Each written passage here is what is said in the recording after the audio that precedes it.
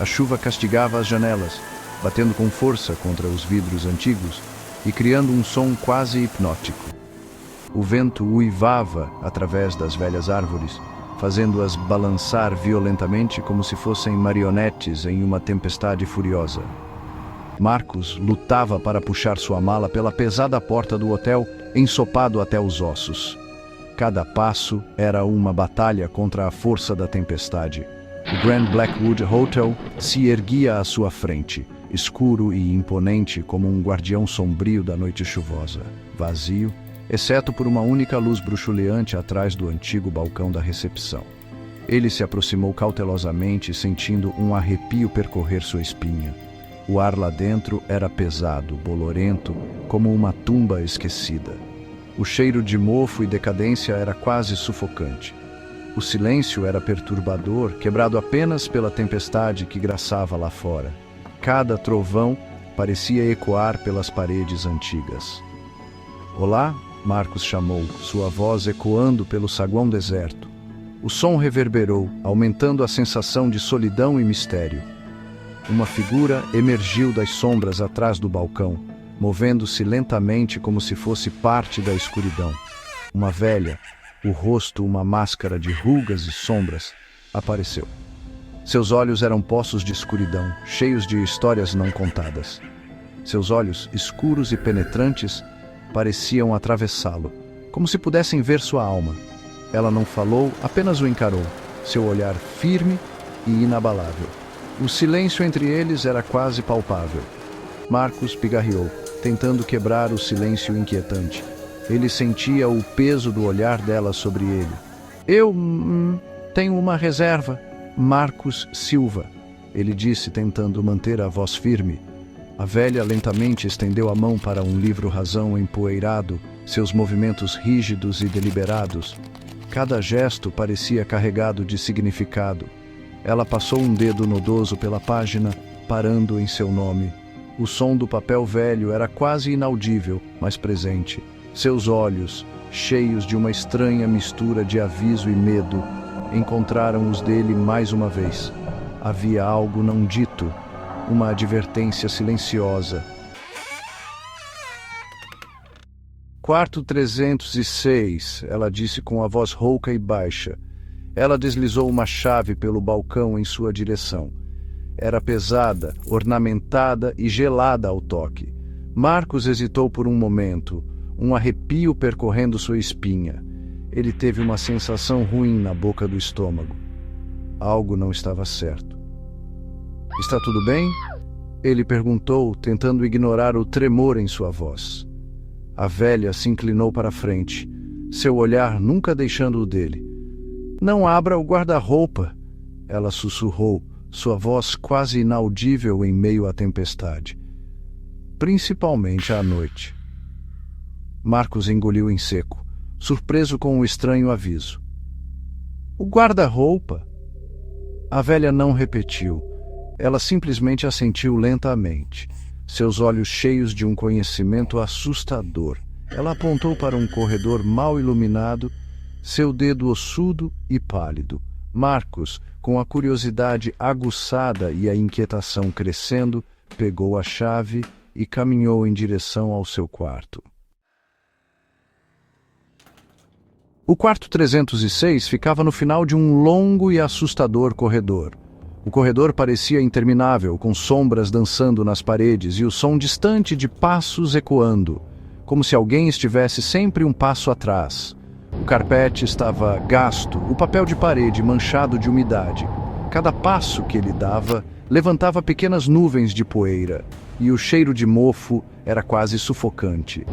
Retratos de figuras de olhar severo revestiam as paredes, seus olhos parecendo segui-lo enquanto ele passava. Era como se as pinturas guardassem segredos antigos, observando cada movimento com uma vigilância silenciosa. Ele chegou ao seu quarto e enfiou a chave pesada na fechadura. A chave era fria ao toque, e o som do metal girando na fechadura ecoou pelo corredor vazio. A porta rangeu ao se abrir, revelando um quarto envolto em sombras. A escuridão parecia quase palpável. como se tivesse uma presença própria, esperando para engolir qualquer um que ousasse entrar. O ar era pesado, carregado com o cheiro de poeira e mofo. Cada respiração era um esforço, e o ambiente parecia ter sido abandonado por décadas. Um único abajur emitia uma luz fraca e bruxuleante, iluminando a grandeza desbotada do quarto. A luz tremeluzente criava sombras que dançavam nas paredes, dando vida a objetos inanimados. Uma cama de dossel com cortinas de veludo pesado dominava o centro do quarto. As cortinas, embora empoeiradas, ainda mantinham um ar de opulência, lembrando os dias de glória do hotel. E no canto, envolto em escuridão, havia um enorme guarda-roupa antigo. Sua presença era imponente, quase ameaçadora, como se guardasse segredos que não deveriam ser revelados. Sua madeira escura brilhava fracamente na penumbra. Marcos respirou fundo, sentindo um arrepio percorrer sua espinha. Ele não conseguia afastar a sensação de que algo estava observando-o. O aviso da recepcionista ecoou em sua mente. Não abra o guarda-roupa. Suas palavras eram claras, mas ele não conseguia entender o motivo de tanta preocupação. Ele balançou a cabeça, tentando descartar as palavras dela como divagações de uma velha. Afinal, ele era um homem racional e não acreditava em superstições. Ele estava cansado, disse a si mesmo. Ele precisava descansar. A longa viagem tinha sido exaustiva e tudo o que ele queria era uma boa noite de sono. Colocando sua mala no chão, ele caminhou até a janela. A vista lá fora era desoladora, com a tempestade obscurecendo qualquer sinal de vida. A tempestade ainda graçava lá fora. Relâmpagos iluminavam o céu, seguidos pelo som ensurdecedor dos trovões. O vento uivava como uma alma penada, e a chuva chicoteava o vidro. Cada gota parecia bater com uma força quase sobrenatural, como se a própria natureza estivesse tentando entrar. Ele fechou as pesadas cortinas, bloqueando a tempestade e mergulhando o quarto em uma escuridão ainda mais profunda. A sensação de isolamento era completa, e ele se sentiu como se estivesse em um mundo à parte, onde o tempo e o espaço não tinham mais significado. Apesar da tempestade, Marcos dormiu mal. A chuva batia incessantemente na janela e o vento uivava como se estivesse tentando entrar.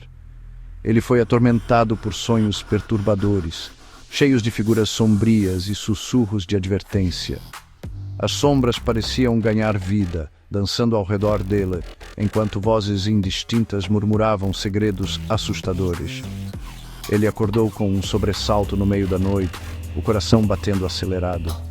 O quarto estava mergulhado na escuridão e ele sentiu um calafrio percorrer sua espinha.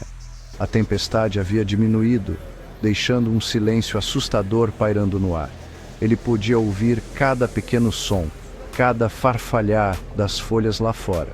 Um leve som de arranhões parecia vir do guarda-roupa.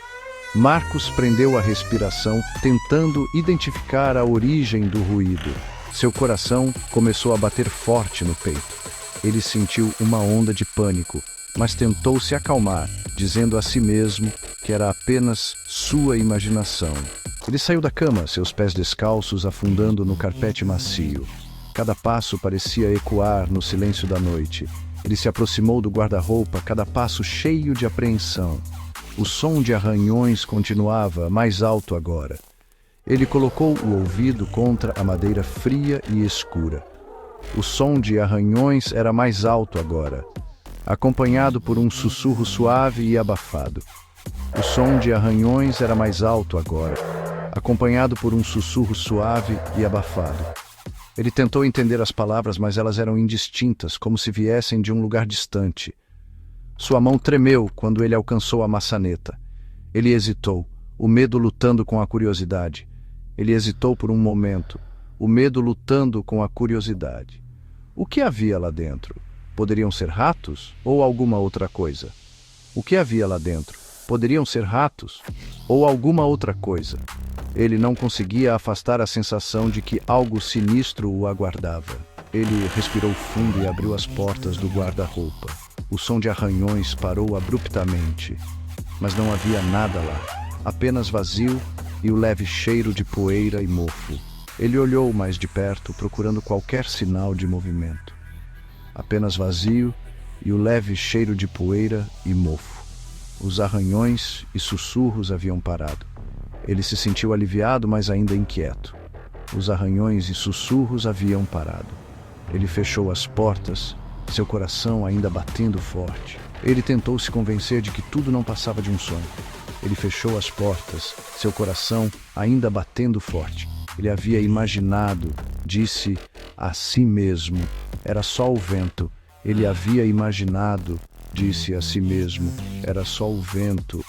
Ou talvez a velha casa se acomodando, ou talvez a velha casa se acomodando.